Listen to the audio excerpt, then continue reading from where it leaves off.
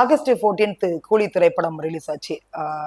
ரஜினிகாந்த் நடிச்ச அந்த திரைப்படம். லோகேஷ் கனகராஜ் வந்து இயக்கியிருந்தார் படத்தை. அந்த படத்தோட கோரே என்னன்னா போதை தான். ஒரு ஒரு பிராண்டை ப்ரொமோட் பண்ற மாதிரி இருந்தாலும் சரி, நம்ம ஊர்லயே ரொம்ப மட்டமான ஒரு சிகரெட்னா பீடி தான். காசே இல்லாதவன் அதை தான் அடிப்பான். அதை தாண்டி வேற வேற பிராண்ட் போய் அடிக்கிறவங்க இருக்காங்க. சரி, இந்த மாதிரி சில பிராண்ட்ஸை ப்ரொமோட் பண்றது வந்து இவங்க வந்து பெய்டா பண்ணிட்டாங்களோ அப்படின்னு சொல்லிட்டு தான் மக்களோட பார்வையில இருக்கு. ஏன்னா இப்ப எனக்கு வந்து பவர் ஹவுஸ்ன்னு சொல்லிட்டு ஒரு பிராண்டே என்னன்னே தெரியாது.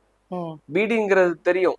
எப்படி தெரியும்னா, ஊர்ல வயசானவங்க இந்த மாதிரி ரொம்ப வறுமையில இருக்கிறவங்க அடிக்கணும்னு சொல்லிட்டு அடிக்கிறத நம்ம பார்த்துருக்கோம். ஆனா இந்த படத்து மூலமா சமுதாயத்துல ஏதாச்சும் தாக்கத்தை ஏற்படுத்துதான்னு கேட்டா ஏற்படுத்துது. குடிகாரர்கள் மத்தியில இது என்னடா பிராண்ட், பவர் ஹவுஸ்ன்னு சொல்லிட்டு ஒரு பிராண்ட் இருக்காமே, பீடி உண்மையிலே நல்லா இருக்காமே, இவர் இந்த நடிகரே வாங்கி இந்த பீடி அடிக்கிறாரு, நல்லா இருக்காமே அப்படின்னு சொல்லி பீடியை வந்து ட்ரை பண்ணலாம் அப்படிங்கிற ஒரு பட்சத்துல மக்கள் கிட்ட கொண்டு போய் சேர்க்கும். குறைந்தபட்சம் ஒரு சினாரி யோசிச்சு பாருங்க. ஒரு 1 கோடி பேர் அந்த படத்தை பார்த்துட்டாங்க.